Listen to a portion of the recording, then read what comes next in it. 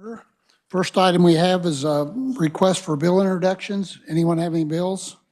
Seeing none, we'll move on. We're going to start out with the Legislative Subcommittee, Senator Clay's Office of the Governor. Senator Clay's. Thank you, Mr. Chairman. Let's go to 2024 Office of the Governor. It's the yellow sheet. 57.3 million is what they're looking for. 23.5 is SGF.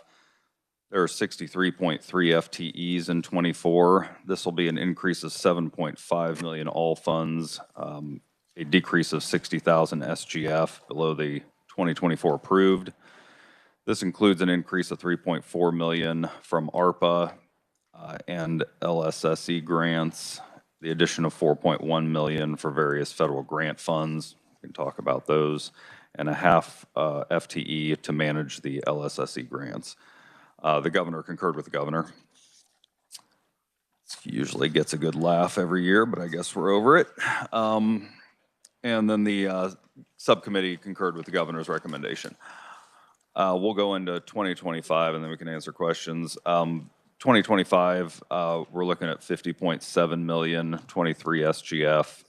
It is a decrease of 6.6, an SGF decrease of 358,000 below the 24 estimate. This decrease is attributable to a lack of reappropriation and offsets some increases in administrative programming. There's 162,000 for salary and wage adjustments due to the elimination of some salaries and wages shrinkage. There's a remaining SGF increase related to budget reappropriations. The adjustments are attributable to decreases in some federal grant programs. Again, we could talk about those. The agency requests the 63.3 FTEs. That's the same as 24. The governor recommended then expenditures of 58.3 million. As you'll see there, that's a increase to 30.7 SGF for 25. That's 7.6 million additional SGF above their 25 request. That is attributable to an addition of 5.9 million in SGF for domestic violence prevention grants and 1.1 million for child advocacy center grants due to a federal funding shortfall. That recommendation also adds 634,000 for court-appointed special advocates. If you go to the back, you'll see the subcommittee recommendations. We had recommended that the Committee on Ways and Means further consider the addition of 5 million for domestic violence prevention grants for 25. That's for you to contemplate today. Also that we consider 2.2 million for child advocacy center grants for 25 as we deliberate the budget for the Office of the Governor. So with that, I would stand for questions on 24 and 25 Office of the Governor, and I would also have Dylan pass out for your consideration on those last two items. There's a chart showing historical funding, both federal and state, for the domestic violence and the child advocacy center grants. So we can see where the federal government has sort of increased, decreased over time, and how SGF has backfilled those over time in different manners going back to 2011. And again, I would stand for questions. Questions for Senator Clays? Senator Petty. Thank you, Mr. Chairman. So, Senator Clays, on the subcommittee recommendation under the domestic violence prevention grants, the subcommittee's recommendation is 5 million. The governor's recommendation was 5.9 million. Is that correct? Correct. So what we were contemplating is a concurrence with the governor's recommendation. So I know this is confusing because the governor actually recommended more than what the governor's office asked for. So governor's second bite at the apple, I suppose, is what the subcommittee concurred with. And then we are also, in addition to that, 58, so this would be the 58.3 million in FY25 that the governor is asking for. We concurred with that. We are then asking the committee to consider the 5 and the 2 in addition to that, based upon the requests of these agency or organizations who were seeking additional funding for the domestic violence programs and the child advocacy centers. You're seeing the run in front of you on the white sheet because that was requested during our subcommittee deliberations to get a better view of where the federal government has filled in and where they have fallen short.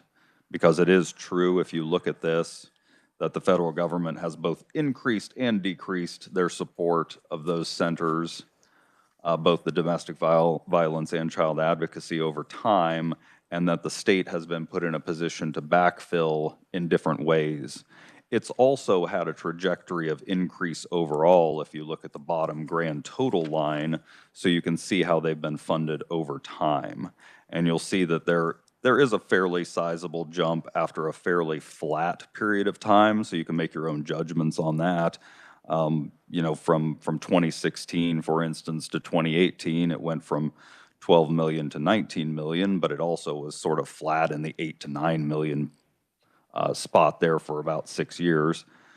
And then again, when it hit 19 million, it sort of stayed in that 19 million spot for a couple of years, 19, 20, and then it was in the 24 to 26 range for another period of 4 years before jumping again in this 24 and 25 recommendation.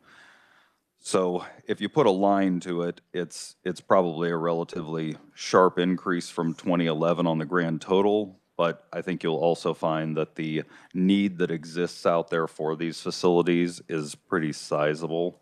It's probably not a technical term, but after hearing from these organizations and seeing them in my own community, I would suggest that the needs are there, and that turning people away in these sorts of instances is not something that's preferred by anyone or a good thing. So you can see that the FY24 and the FY25, if we were to go with the current, this is the current governor's recommendation. Yeah, so it's the current governor's recommendation. You would see the grand totals at where they are at.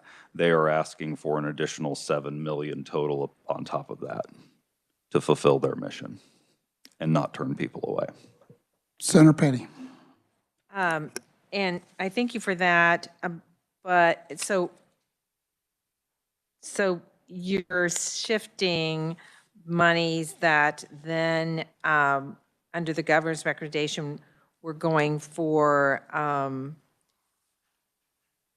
the domestic violence, let's see, I'm gonna get lost here. For the domestic violence prevention grants, you're shifting some of the money from that, you're shifting 0.9 million into the Child Advocacy Center grants. Would this be correct? Senator Clays. Senator Petty, no, I'm not shifting anything. So I'm just talking about the subcommittee. yeah, the subcommittee did not. The subcommittee did not engage in shifting anything. The ask today from the subcommittee is concurrence with the governor's second recommendation for her office in 2025, which would be the second column on the blue sheet, 58.3 million, and then the second paragraph on the blue sheet, which is where the governor's recommendation lies on that page. The subcommittee is then just asking the Ways and Means Committee to consider, now that we have more information in front of us, the addition of 7 million, 5 million being SGF to domestic violence, and 2 million to child advocacy centers. So that would be pure SGF. And the rationale behind it is somewhat the ebb and flow of the federal funding, because the federal has fallen short. There's also a timeline issue that exists with the federal government's fiscal year and our fiscal year that has made drawing down some of the dollars a little bit difficult. But overall, what's happened here is that the federal government has been recently decreasing its funding support. So SGF was asked for. The governor concurred, well, the governor in her second bite at the apple did increase that amount, but the organizations are still seeking more, and that's what we're here to deliberate today. So subcommittee concurs with governor. All of the governor's items would be in our, if you were just to concur with the subcommittee recommendations, you're concurring with the governor's second recommendation. But the subcommittee is also asking us, now that we have this white sheet in front of us, to make an informed decision on the additional 7 million. Thank you. I was misreading, and so it's we're talking about a $7 million increase here in the 5 million in the domestic violence prevention and 2 million in the child advocacy center grants. Correct. And if you go look at the white sheet at the final column, which is the FY 2025 governor recommendation, that is the second governor's recommendation on the blue sheet that gives you that number. So you would be looking at 7 million in additional to that final number of 36.25 million roughly. Bringing that up to 43 million. But this 7 million is all SGF. It is all SGF, but there's also additional SGF from the governor in here. She did do that roughly the same way to backfill where the federal government's funding had been declining. Other questions?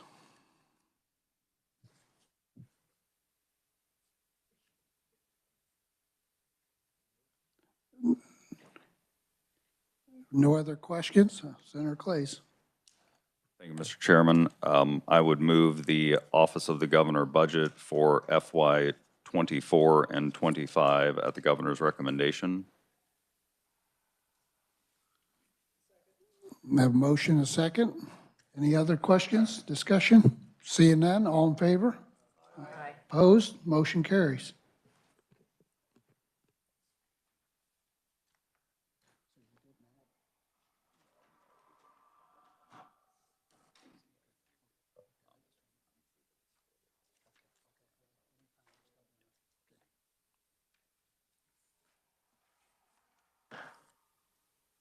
Thank you, Senator Clays. Next, we'll have Corrections and Public Safety Subcommittee, Senator Fagg. We'll start out with Emergency Medical Services Boards.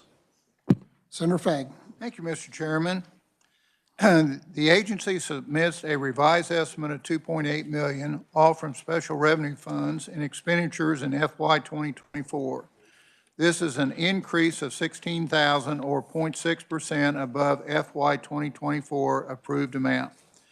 The increase is primarily attributable to increased expenditures for criminal background checks on emergency medical services certification applicants and information technology consulting services, and primarily for the Kansas Emergency Medical Services Information System, which enables EMS responders to report data regarding ambulance calls. The increase is particularly offset by a decrease in legal fees for administrative hearings. The revised estimate includes 14 FTE positions, which is unchanged from FY 2024 approved amount. The governor concurred with the agency's revised estimate for FY 2024, and the subcommittee recommendation concurs with the governor's recommendation FY 2024. I stand for questions. Any questions on 24? Seeing none, please proceed, Senator Fagg.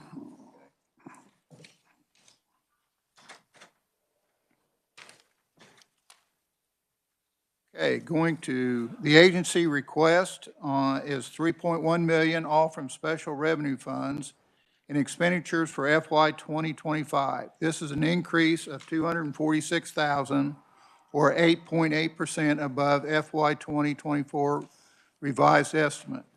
The increase is primarily attributed to the agency's enhanced request of $220,924 in salary and wage expenditures for a salary realignment among all positions to address recruiting and retention challenges. The increase is also attributable to legal fees associated with an anticipated increase in administrative hearings, increased IT consulting services to support the Kansas Emergency Medical Services Information System, and travel expenditures. The increase is partially offset by decreased expenditures from the EMS revolving grant fund for aid to local EMS agencies to support the purchase of care equipment, patient care equipment, which is due to carryover funding available for FY 2024 that is not available for FY 2025. The request includes 14 FTE positions, which is unchanged from the FY 2024 revised number. The governor's recommendation, the governor recommends $2.8 million all from special revenue funds and expenditures for FY 2025. This is a decrease.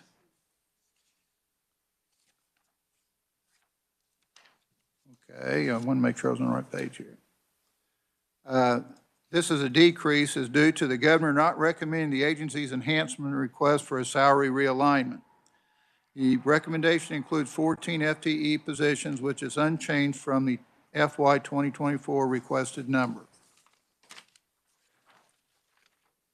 The Senate Subcommittee recommendation concurs with the governor's recommendation for FY 2025 with the following adjustment.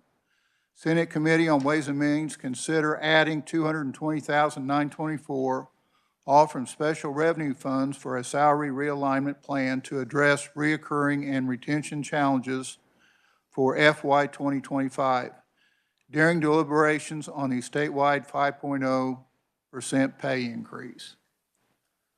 So this has to do, my understanding is last year that got lost at omnibus somehow and didn't get addressed. So this is where they're trying to take care of this at this point. So the question is, do we put this in at this point or do we put this off to omnibus?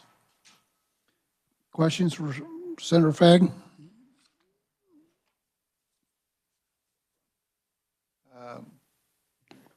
Senator Fagg.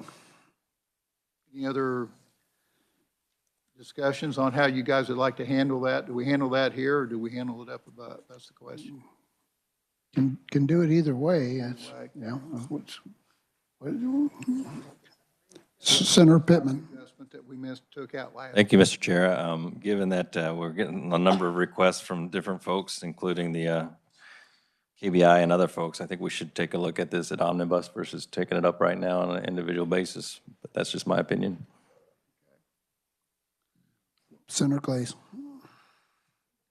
Thank you, Mr. Chairman. You know, it seemed kind of odd to take something like this up at omnibus necessarily. I mean, if we're going to do raises throughout, and if we're going to work the 5%, then maybe we should just do all of them as we do them. The KBI and the KHP are on separated pay plans, as you pointed out, and that those should maybe go through at the same time, unless there's a overwhelming desire not to catch everyone's salaries up to inflation, then maybe there's another decision there, but it seems like that 5% is happening one way or the other. Well, and we are doing it a little different this year because the missed pay, you know, the miscalculation. And so so far we've done all of them. We haven't kicked any down the road. Senator McGinn. But this is different. Well, because it says to address recruiting and retention challenges to the 5%, all the other, Yeah, that's what I thought. no, so the ones we've been approving is because of the error that happened in the bill. This is different.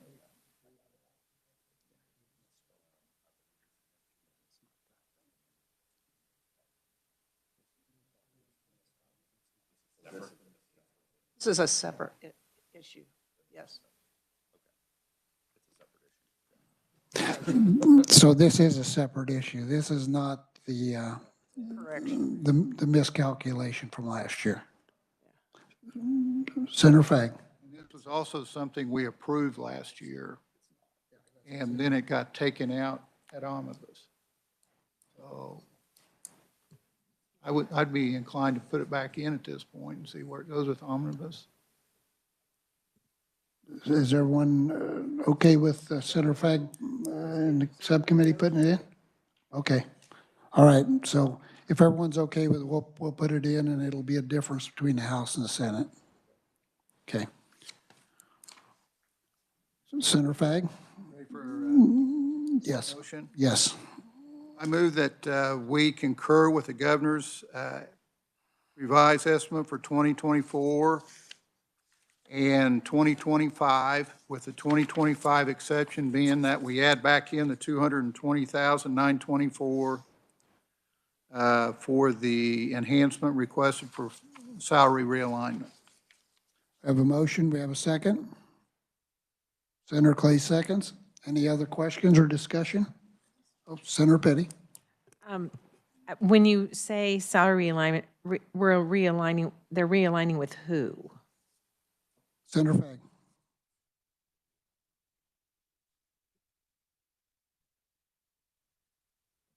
So we would be realigning positions from within. With the existing programs. Yeah. That's the bottom line. Any other questions? Seeing none, all in favor? Opposed, motion carries. Next, we'll have Senator Fagg with the State Fire Marshal. Senator Fagg. Thank you, Mr. Chairman. The agency submits a revised estimate of $8.3 million, all from special revenue funds in FY 2024. This is a decrease of $1 or less than 0.1% below the FY 2024 approved amount. The revised estimate includes a shift of expenditures totaling $321,000 from the elevator safety fee fund to the fire marshal fee fund to cover startup costs associated with implementing the Elevator Safety Act of 2022. The act assigns the agency with licensing elevator inspectors, contractors, and mechanics. The revised estimate includes 70.3 FTE positions, which is unchanged from FY 2024 approved amount. The governor concurs with the agency's revised estimate in 2024, and the Senate subcommittee concurs with the governor's recommendation for FY 2024. I stand for questions. Any questions? Seeing none, please proceed. I think, Mr. Chairman, I'll make a motion on that because this one's really clean, and we'll talk on the other one then. Okay, we have a motion. We have a second. Second by Senator Clays. Any questions on 24? Seeing none, all in favor? Aye. Opposed, motion carries. Next, we'll move on to 2025. Senator Fagg. Thank you, Mr. Chairman. The agency requests a $9.1 million, all from special revenue funds for FY 2025. This is an increase of $729,000 or 8.8% above FY 2024 revised estimate. The increase is attributable to increased salaries and wages expenditures, primarily due to increased employer contributions for the fringe benefits and the addition of 2.2 FTE positions. These positions primarily include an Assistant Attorney General for the State Fire Marshal, which was previously located in the Office of the Attorney General, and Administrative Specialist. The increase is also attributed to increased expenditures for specialized equipment, such as hazardous material detection equipment. The increase is offset by decreased expenditures for computer programming services in the elevator safety program and attorney fees previously paid to the Office of the Attorney General. The request includes 2.5 FTE positions, which is an increase of 2.2 FTE positions above the FY 2024 revised number. The position increases are mainly to the Administration and Fire Prevention Division. The governor's recommendation. The governor recommends $9.3 million, including $250,000 SGF in expenditures for FY 2025. This is an increase of $250,000 all SGF and the above agency's FY 2025 requested amount.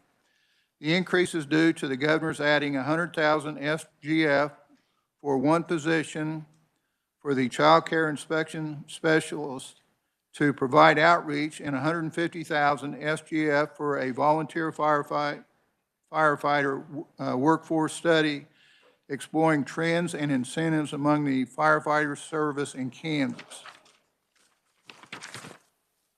The recommendations include 73.5 FTE positions with an increase of one position above the requested amount. The position increase accounts for the governor's addition of the child inspection specialist position.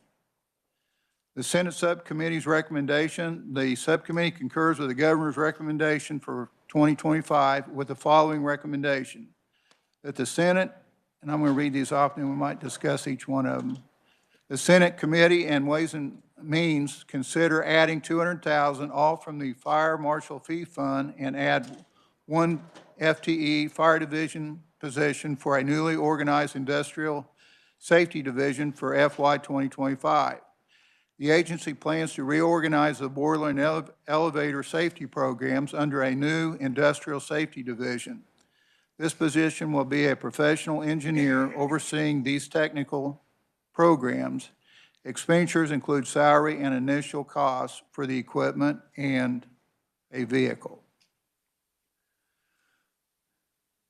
The second one would be the Senate Committee on Ways and Means consider adding $200,000, $220,000, all from the Fire Marshal Fee Fund and 2 FTE inspector position to conduct fire safety inspections on facilities such as child care centers for FY 2025. The agency indicates inspections of child care centers is a growing need. Expenditures include salaries and wages and initial costs for equipment and vehicles. Number 3, the Senate Committee on Ways and Means consider adding $300,000, all from the Fire Marshal Fee Fund, to replace radios in the investigation and emergency response divisions for FY 2025. The federal guidance requires the encryption of radio communication with transmitting criminal justice information. The agency notes its current ratios are over 20 years old and cannot be upgraded to the new standard. So that would be the three items that we had with what's there. Is there any questions on any of that? Senator Alley. Thank you, Mr. Chair. When we put or passed the boiler and elevator safety program, did we not have some headcount in there for the fire marshal to do the inspection? Senator Fagg.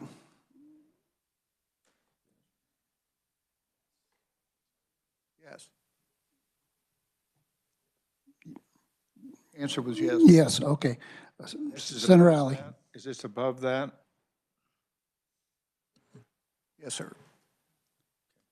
This is above the number that was authorized at the time. Okay, other questions? Senator Pittman. Thank you, Mr. Chair.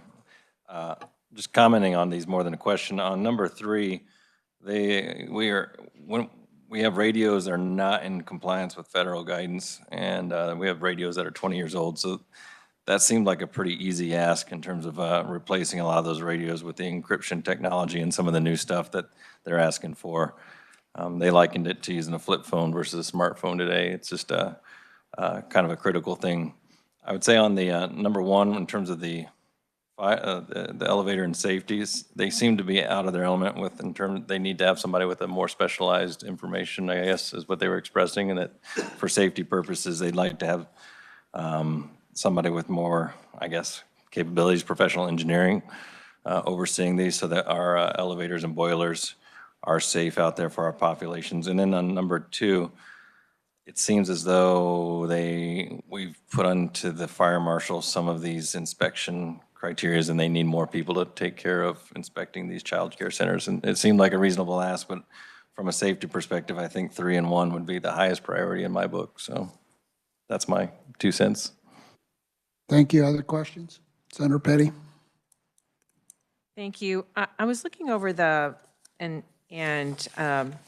maybe Senator Fagg can answer this. I was looking over the information that your committee must have worked with.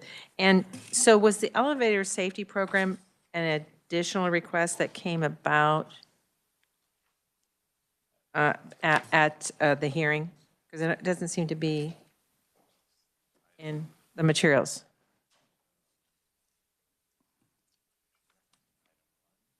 I'm referring to, yes, I'm referring to item 1.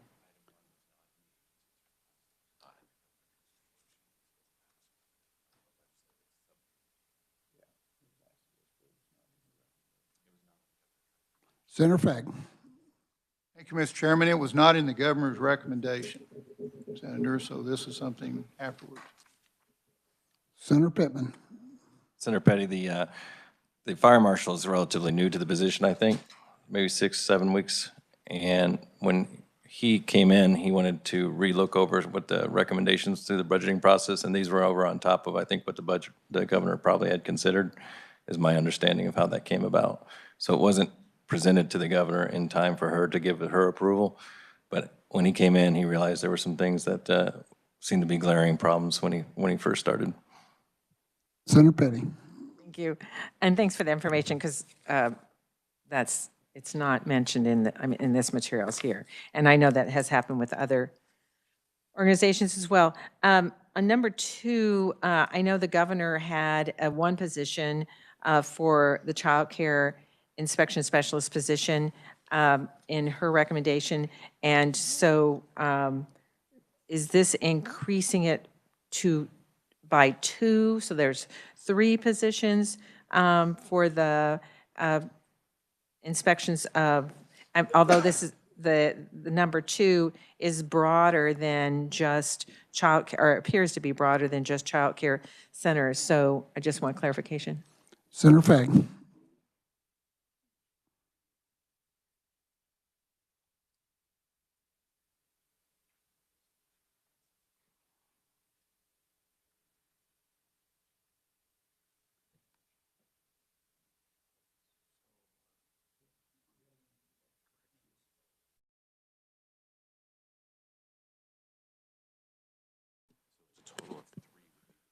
Yeah.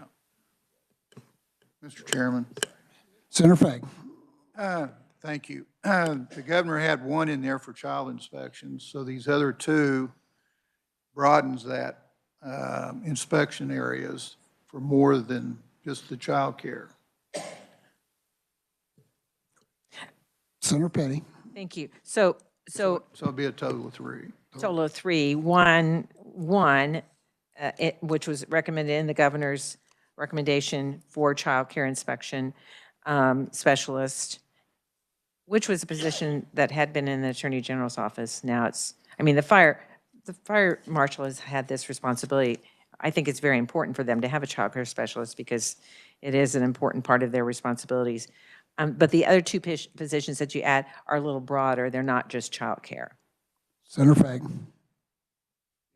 Thank you. Any other questions? They would be inspecting schools, nursing homes. They got some other stuff, Senator Petty, that would come into that. Senator Petty. I guess this is getting to the weeds. So they would be inspecting, or they would be helping at the local level, because fire departments have inspectors that do that work within communities. Some do. Senator Fagg. They would be doing the inspections, but what happens at the local level, some of them are unable to do that. So they're kind of filling that gap. Thank you. Any other questions? Senator Pittman. Just a little bit more color on that as well. It seems as though our fire codes at state level are back 20 years. They haven't been updated, and some of the local codes have. They're trying to apparently offer up to only inspect towards the state code on some of these to make it more streamlined for these individuals, and that would require more people. Once again, I don't know if this is our top priority yet until we find out more information, in my opinion, but the other 2 certainly seem to be very important. Thanks. Any other questions? Seeing none, Senator Fagg. Thank you, Mr. Chairman. I would move that we accept the governor's recommendation for FY 2024 with the following 3 exceptions. The recommendations that we have, I think I would. 25. I said, what wasn't on 24, 25? We're on 25. Right, you said 24. Yeah, Well, I'll get up a year then. no, you're good. So I'll start my motion again then. Okay. Thank you, Mr. Chairman. I move that we concur with the governor's recommendation for FY 2025 with the recommendations that were given by the subcommittee 1, 2, and 3. I have a motion, second by Senator Clays. Any other questions? Seeing none, all in favor? Opposed? Motion carries. Next, we'll have the Department of Corrections Systems. Senator Fagg.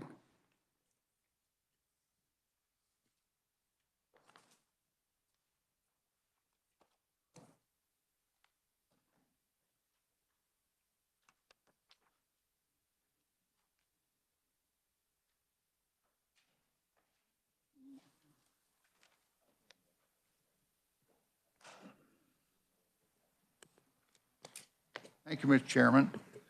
Please Okay. proceed. This is for the Kansas Department of Correction, the agency estimate. The agency requests a revised estimate of 598.5, including 546.5 million SGF and 3,488.5 FTE positions in FY 2024. This is an all funds decrease of 27.4 million or 4.4%. And SGF decrease of 41.5 million or 7.1% below the approved amount. The decrease is primarily due to the reapportionation from the evidence-based juvenile programs not being expended. Governor's recommendation. The governor recommends the 588.2 million, including 536.2 million SGF in FY 2024. This is an all funds and SGF decrease of 10.4 million. The decrease is due to the governor not recommending the agency request for 10 million in FY 2024 for the career campus match, and the food service contract estimate was reduced.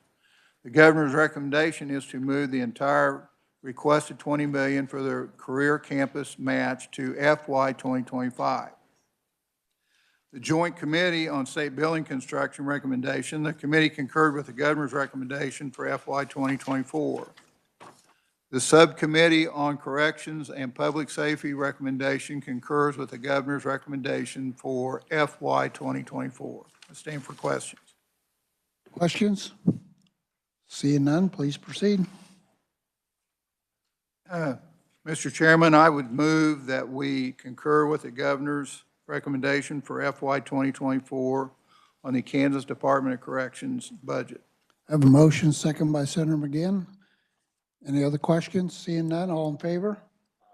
Opposed? Motion carries. Thank you. So we're into 2025. The agency requests 671.9 million, including 628 million SGF for the Department of Corrections and Facilities for FY 2025. This is an all funds increase of 73.4 million or 12.3%, and an SGF increase of 81.7 million or 14% above the FY 2024 revised estimate. The increase includes the fully funded pay plan of 100.8 million in enhancements for FY 2025. The governor recommends 1.0 billion, including 998.8 million SGF for the Department of Corrections and Correctional Facilities for FY 2025. This is an all funds increase of 375.5 million or 53.2%, an SGF increase of 360.5 million or 57.4% above the agency's request. The increase is due to the governor's recommendation of building a new Hutchinson Correctional Facility for 377.6 million SGF for FY 2025. The governor's recommendation does not include the enhancement to reduce the shrinkage rate for the facility. The Joint Committee on State Building Construction recommendation, the Joint Committee concurs with the governor's recommendation with the following notations. 1, the committee recommends that the full committee of the House Appropriations and Senate Ways and Means add the additional correctional institution building fund expenditures to the agency's budget in FB 275 passes for FY 2025. And 2, the committee is neutral on the governor's recommendation to add the 377.6 million SGF to construct a new facility at the Hutchinson Correctional Facility for FY 2025. and requests additional information on the project to provide to House Appropriation and Senate Ways and Means. The Senate Subcommittee on Corrections and Public Safety recommendation concurs with the governor's recommendation with the following notations. The subcommittee recommends that the Senate Ways and Means consider adding an additional 2.5 million SGF for community corrections for FY 2025. And two, the subcommittee recommends the Senate Committee on Ways and Means review the expenditures in the governor's recommendation for the following items prior to finalization of the budget in committee. So a new facility at Hutchinson Correctional Facility for FY 2025, building the career campus at Lansing Correctional Facility for FY 2025, building a new health facility at Topeka Correctional Facility for FY 2025, and the fourth one was pay off the remaining debt service on the Athena 2 for FY 2025. So, Mr. Chairman, I know of the four items I listed there, the payoff on the service debt's probably the easiest one because the rate's like 1.5%, 1.587. So the thought is that we don't pay that off because it's so cheap. So I would say that would be one thing that we would not concur on. The other two items, the building the career campus at Lansing Correctional, if I remember right, they were requesting like 10 million for 2024 and 2025, and she wanted to push it all off to 2025. So I would be one to concur with what the agency had requested versus the governor's. So that's the second thing. And then the first and the third item, the new health facility at Topeka Correctional Facility, and then at the Hutch, that we allow for bonding authority on that and be passed up that way. So that's kind of my thoughts on each of those items. So I'd stand for questions. Questions? Senator Alley? Thank you, Mr. Chair. Could you explain on the governor's recommendation, the governor does not include the enhancement to reduce the shrinkage rate for the facilities, and that we're talking about there, the number of employees. The employees that we have, FTE positions are 3,488 and a half. Are those all filled positions, or are we shrinking that down? What does that mean?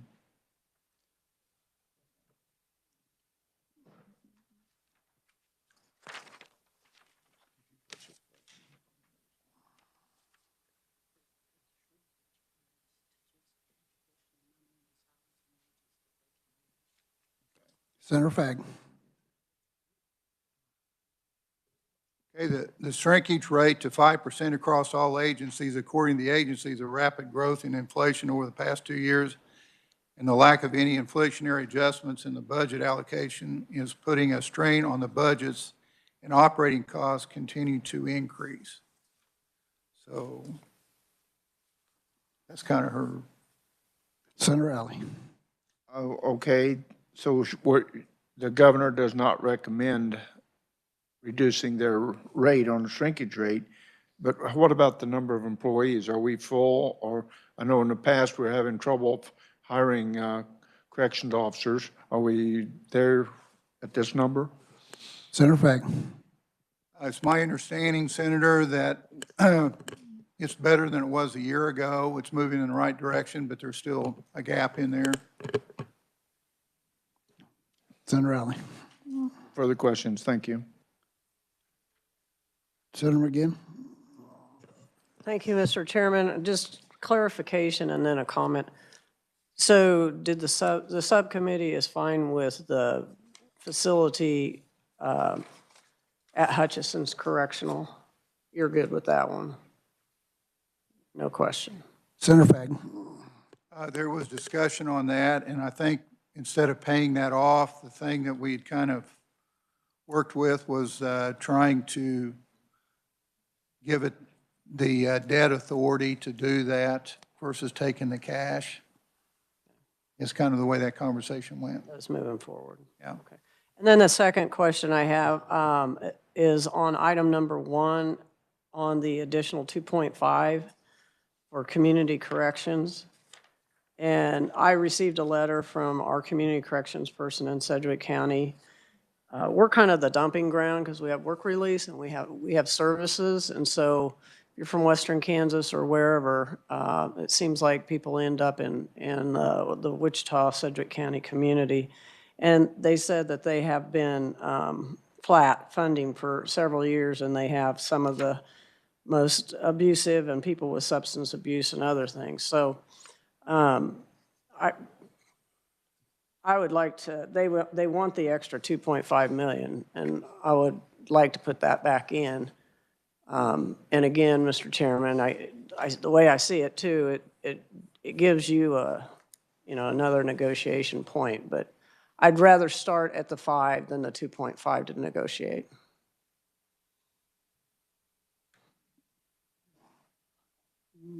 So, just a second, did you have a question? Oh, was that a motion? Well, I can make a motion, and my motion would be to put the 2.5 million in for community corrections at this time, and you have negotiating. And we have a second by Senator Clays. Okay, questions, Senator Pittman? On that particular motion, I'll just comment that I agree with the senator on that. I think that it's a cost savings. I think the number that they put out there is and I'm going to get this wrong, but something like $10 a day to manage somebody in this program versus $110 a day to have somebody incarcerated. So and it's something that they're struggling with to deal with all the factors they need to get in there. And this is I feel a really, really good program that can help us alleviate some of our prison concerns. And we need to fully support it, and I support that motion. Any other discussion on the motion, Senator Fagg? Thank you, Mr. Chairman. I've got to, when I was through the summertime, got to go visit with some people that was talking about this program, and I was convinced that it's a very needed, cost-effective program. The only thing I would have questioned is whether the 2.5 and the 5 to kind of see how it goes and then add to it later date. So I have no problem with it, though. Thank you. Okay, are there any other questions on it? Senator Kirshen? Thank you, Mr. Chair. I don't have a question, but in the process, we found out we have 10,540 people incarcerated now in Kansas. Thank you. Other questions or seeing none, all in favor? Aye. Opposed, the motion carries. Senator Fagg? So are we ready for an FY recommendation? Okay, Senator Petty?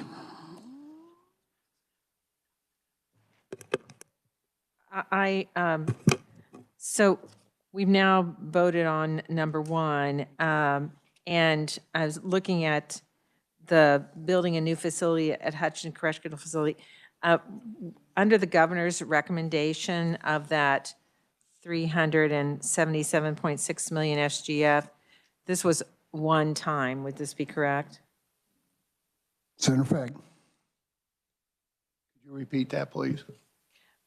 On the governor's recommendation about using 377.6 million SGF to construct a new facility at Hutch, and that money is one-time money. Is this correct? Yes. Senator Fagg? Yeah. So, I mean, it seems to me that we are putting ourselves in a much better place when we have the wherewithal to use one-time money than to be bonding. Do you want to respond to that? Senator Clays? Thank you, Mr. Chairman. The purpose of bonding something that's in the $377 to $400 million range when you add in the other Topeka items is that the principle here is that you're getting a 60-year facility, 60-year facility, and that the taxpayers today shouldn't be the ones bearing the burden of that, just because it is good policy for us, I suppose, doesn't mean it's the best policy for our taxpayers. So taxpayers have paid an inordinate amount of money that we have these huge budget surpluses, including a bulging rainy day fund, and that those taxpayers should be the ones that gift this forward for the next 50, 60 years. The principle behind that is just simply that we can get a low rate. It's below 4%, I believe now, after looking at what the KBI bonding numbers look like. We can get a low rate below 4%. Taxpayers over time can pay that, even ones that don't exist today, because they're the beneficiaries of those facilities. So that is the rationale behind not paying that off. Not to say that we couldn't pay it off early. That's also possible, that we could pay any of these off early. None of them are structured like the KDOT bonds were that have penalties regarding early payoff, so we would be able to pay them off at any time if we so chose. But right now, too many policy positions are in flux, and it makes more sense to have taxpayers of tomorrow also bear some of the burden of this particular facility, since they will be the beneficiaries of it. Other questions? Senator Pittman. Thank you. Thank you, Mr. Chair. I mean, that's a great philosophical argument we could make, and we can make it the other way. Sometimes when we pay off our bonds that we've done over the last 2 years, we're doing the same thing. So one could argue both sides of that coin. I do think that by bonding, we're putting the burden on the future generations and the future, and that's going to limit how many tax cuts we might be able to do over the next 5 to 10 years. And we're going to increase the cost of the facility by whatever the bond payment is. And that's something that I know that this committee has worked towards, reducing the bond load so that we aren't putting that on our future generations. I'm personally supportive of if we're going to do this, to go ahead and put the money in now. But I also, I don't know if we need to bond out any of these pieces. I would say on the 2024 move of that career campus, that's a matching fund that we're trying to get money in from donors that have pre-committed, and I don't think they're ready to use the money, in my understanding, and we could ask the Secretary of Corrections about that. But I don't think that they need the money in 2024 because they can't use that money until they get the full amount and get all the funds matched. And I think that was the purpose of moving it, but I don't know. That's my recollection. So I think there was just a kind of a logistical reason they were moving the money around, not that they wanted to deny the money. So I don't think we need to move it from 25 back to 2024 if they don't want to use it in 2024. So thank you. Senator Clays. Thank you, Mr. Chairman. I just want to be clear. I supported the bonding payoffs in the past, and that was a wise decision at the time because we were doing ARPA money offsets, and those ARPA dollars had expiration dates, which made a lot of sense. We don't have ARPA dollars that are involved in this transaction or that are being offset in other areas. So with a deadline looming, it makes a lot of sense to do things like bond payoffs. In this particular instance, this is pure SGF. We're beyond the federal dollar outflow scenario, or at least we're coming up to that tipping point here in this budget year. So I wanted to be clear on that it was not opposition to bonding, paying off bonds in general. It is just simply that we're now back to a position where we are no longer under timelines for the expenditures of those funds, and that bond payoff, we need to get back to a policy position where we are spreading that across taxpayers over time. Thank you, Mr. Chairman. Okay, if there's any other questions on the Hutch facility being bonded? Senator Frag. Thank you, Mr. Chairman. I had in my notes here that the rate estimate was like 3.93 and the payment would be about 25 million a year, just for information. Okay. So if there's no other discussion, you want to make a motion on the first item, we'll do item by item. Right, be the Hutch facility with Mr. Chairman, I had one other thing I wanted to, before we get into this. I got this information after we had our subcommittee meeting. Okay, that's fine. And if you look on page 5, on the 2024 analysis, you'll see that SGF reappropriation, evidence-based juvenile program. That's kind of a big number there. And so I'd ask for information, and I think you guys got a printout like this. Does everybody have one of these? It kind of gives you a spread of what's happened since 2017 and then what's projected out. So if you look at that reappropriation thing of where we started in 2018, you see where we're at today, but look what it looks like as we go down the road here in 2930. And I've got another handout that's coming out to you here that kind of gives you the different programs here.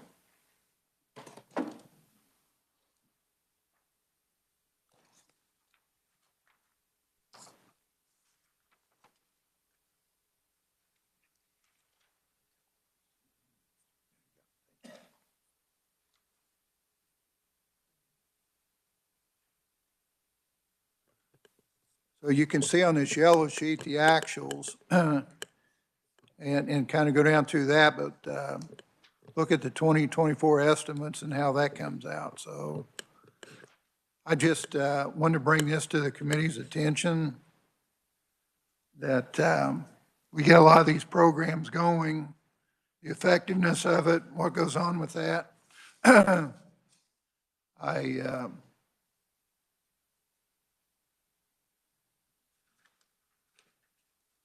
The department had a conversation with them. I think they'll be monitoring this and looking at the effectiveness of each one of those programs, is my understanding. So I just wanted to kind of bring this to the attention of the committee. This is something we need to monitor in the future because that number doesn't look very good when we get down the road here. So just want to add that. Thank you. Any questions on the information? Senator Petty. So we do have a Juvenile Justice Oversight Committee. Both Senator McGinn and myself have served on that for since its inception. And all of the programs that I'm no longer on that, I went off this year, but all of the programs that are approved by that oversight are evidence-based. I've kind of lost, Senator Fagg, of where you're going with this. I'm not sure I follow you. Senator Fagg. Thank you, Mr. Chairman. If you kind of look at the yellow slip and see the new programs, you know, where we got zeros in 23 and then 24, and then you look at what they are, my statement is you look at this and you also look at these projections out here. I'm concerned about where we're going with some of those programs, so I'm hoping that we will be monitoring the success of them, and I'm just concerned about where we go down the road with this. That's where I'm coming from. Senator Petty. There is a report, annual report that's provided to the legislature from the Juvenile Justice Oversight Committee. And for that very reason, so that those programs are monitored to see that they are evidence-based. And, you know, the whole purpose is to reduce the number of children that are going into our justice system so that if they're kept out early, then that it helps to reduce recidivism. And the funding initially was coming out of savings from reducing that number of incarcerations. So we do have that information coming to us. And I know that a report can be, a presentation can be provided if this committee so wishes for that to happen. I'll stop there. Senator McGinn. Thank you, Mr. Chairman. Nice information to take a look at. I just was curious how Senator Fagg stumbled onto this. I mean, we went from corrections, and I believe that a lot of this is implanted in corrections and stuff. So was your curiosity driven by evidence-based programs, or was it the amount of different programs that are in here? Because I'm one of those that always says don't start new programs because you're just going to have to cut them someday. But I guess I'm trying to figure out through your curiosity how you got to this. Senator Fagg. Thank you, Mr. Chairman. When you looked at page 5, that $53 million reappropriation, that's kind of what jumped at me, is why that was out there and trying to understand that. Senator, was kind of where I was coming from. It's page 5.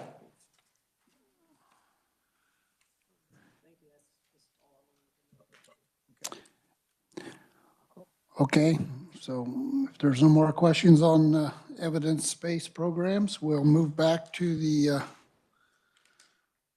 Hutchinson Correctional Facility and Senator Fag. Thank you, Mr. Chairman. I would move that we delete the 377,612,532 from SGF for the new Hutchinson Correctional Facility for FY 2025 and add language to add bonding authority to the amount of 377,612,532 for a new Hutchinson Correctional Facility for FY 2025. We have a motion, we have a second by Senator Clays. Any other questions? Seeing none, all in favor? Opposed? No. You want to be recorded? No? Okay. Next, we'll move on to the second item, building the career campus at Lansing Correctional Facility. Senator Fag. Thank you, Mr. Chairman. This is one that could be, I understand what Senator Pittman was saying there. I don't know if the 10 million and the 10 million, as they start out with matching funds, at least they've got 10 to show there to see how that program goes. That would be my only statement to that. The other thing, this might be a negotiated item at Omnibus too. So that's two of them I'd give you. So I would move that we go with the recommendation of the department, the agency.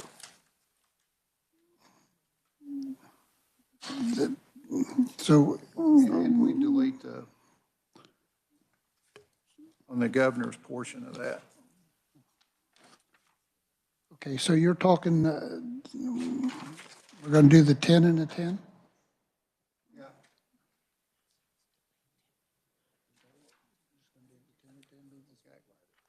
We need to delete 10 million out of 25 and put it back in 24.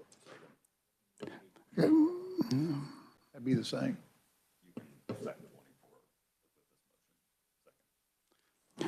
Okay, we have a motion, a second discussion. Senator Clays. No questions?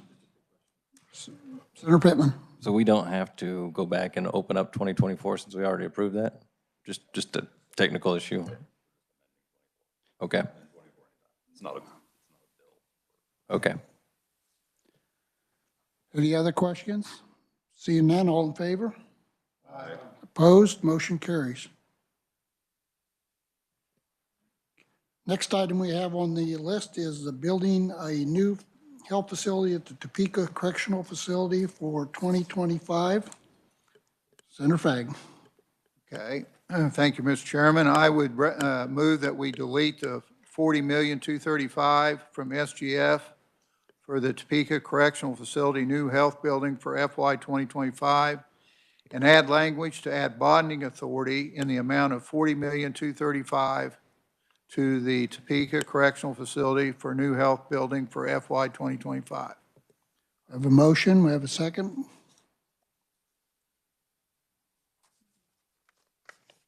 Second by Senator Clays. Yeah. Okay.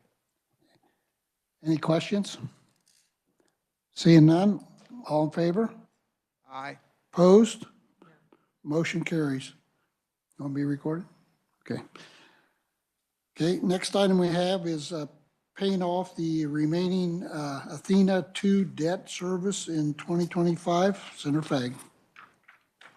Thank you, Mr. Chairman. This is probably the easiest one to me of all because we are paying, or not paying off debt because the rate's 1.587 if I remember right. So that rate's too cheap and treasury bills are 5%. And this has got a short-term maturity. It comes off in the next couple of years. So Okay, we have, to me, it would be the cost-effective way to just go ahead and manage that.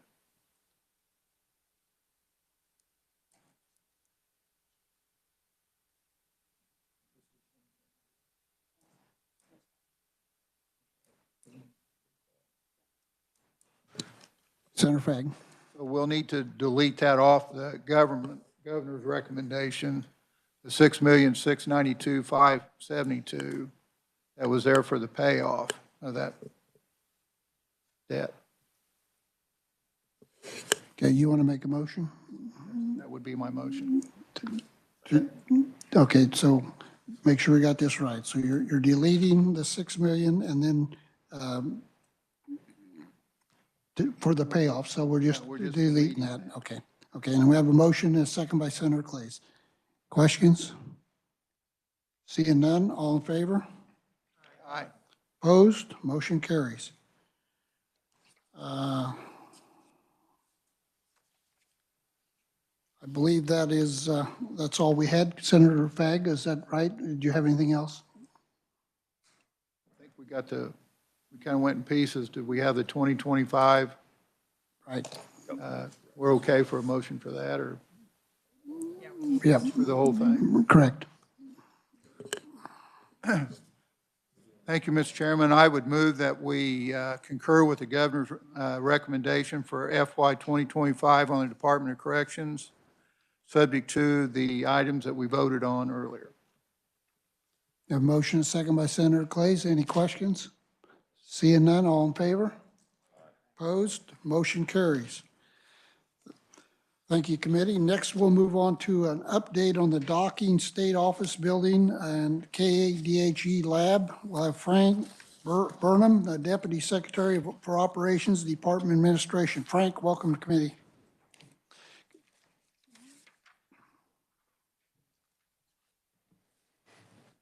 Thank you, Mr. Chairman, members of the committee. Frank Burnham, Deputy Secretary of Operations. I'm here today to update you on three different sites, the laboratory, the docking building, and then also some general updates on Cedar Crest. So I'll go ahead and get started. There we go. So we're almost exactly 1 year into the demolition process, and as you can see, we are on schedule, if not ahead of schedule. We were able to reach the grade level by Christmas Day, and the new steel started going up 2 weeks later. So what you're seeing out there now is the existing column bases that were left. That will be the new structure, and the new steel is actually being assembled and constructed over those footprints. And we anticipate we'll continue to stay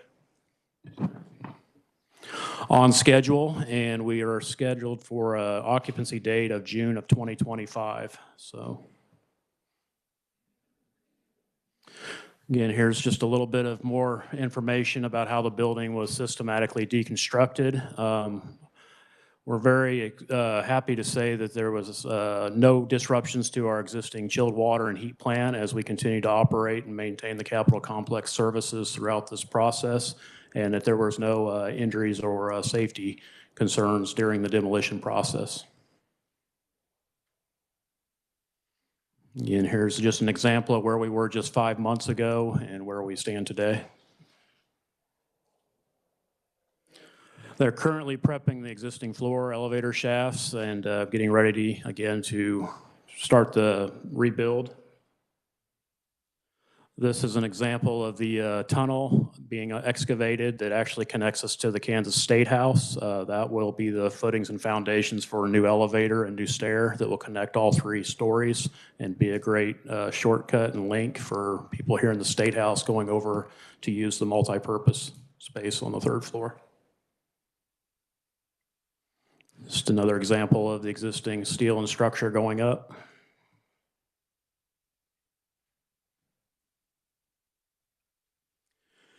Another highlight I'd like to point out is, again, we stayed with our existing plan and our challenge of our consultant in making sure that we recycled and reused as much construction materials from the building as possible. This is just quantifying those amounts now that that process has concluded, with just 2% of the materials actually ending up in a landfill. The marble and the granite materials is currently being stored in St. Mary's, Kansas, where it's being cleaned, stored, and rehoned. It'll be part of the new building finishes. And the limestone is in Arkansas City right now, being prepped. And as I've testified to earlier, or previously, we're also looking at other locations where we can reuse this material, including some of our state historic sites, and even a State Transportation District 1 headquarters here in Topeka.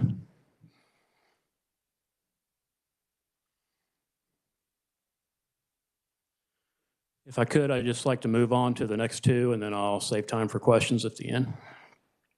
So here's just an overall vision of what the skyline will look like with both facilities constructed by, again, June of next year.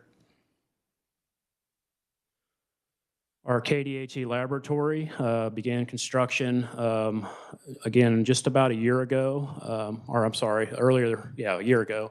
We're now fully enclosed. In fact, the drywall and the paint is actually going up in the north end of the first floor. I was through there earlier this week, and I have to say it's quite astonishing the construction methods and means and methods they use now with off-site fabrication.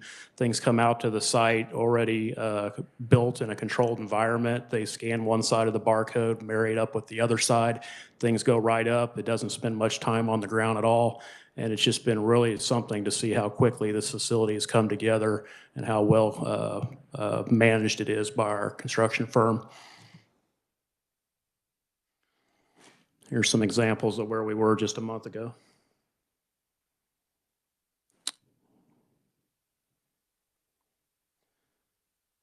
The other thing I'd point out specific to the lab is we were able to procure those long lead items like generators. We purchased that over a year ago with the anticipation it should be here in a couple months. Elevators, things like that. So we're well ahead. We're also working with our partners, KDHE, to procure specialty lab equipment through our state procurement process and with the timing of the installation. And finally working with them on what will it look like come October, November, when we start to take possession of the building and we start to move their teams and their equipment down to the new facility, stand those units up, commission that equipment. We're still anticipating taking possession sometime around November 1st. I would anticipate physical moves to begin in January. And right now we're estimating that to be about a 3-month process before we'd be completely out of the Forbes location. Finally, I'd like to talk a little bit about Cedar Crest. Cedar Crest, for reference, was constructed in 1928. Between 1998 and 2000, it went through an extensive renovation, and since that time, there had been no significant updates to the building systems or other than just general maintenance. So we're going on 24 years. So this last year, we did quite a bit on the exterior, concrete drive repairs, retaining wall repairs, the north patio, slate patio, which is used pretty frequently. And then on the interior, we're doing things like the blower coil units and stuff that are up in the attic. We're putting in a new emergency generator and just general things that have worn out after 20-something years. Again, doing that while the facility or the residence is occupied and trying to work around their scheduling as well. All projects that are done at the Cedar Crest site are a collaboration between the Department of Administration and the Kansas State Historical Society, since that residence is on the register. So that's a very quick summary of all 3 projects, and I'll stand for questions, as is there are members from KDHE here if you have particulars about their lab. Thank you, Frank. Questions for Frank?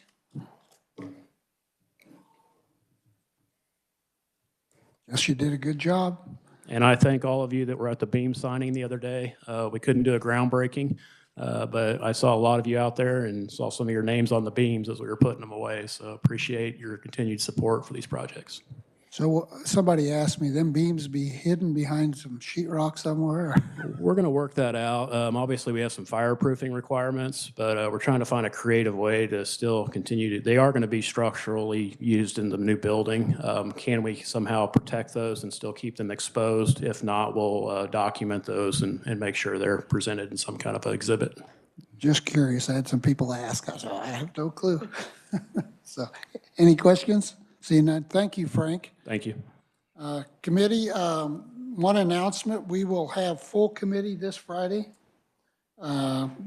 Report outs, and so last week there was a little confusion of whether we have full committee or subcommittee on Friday, so it is full committee.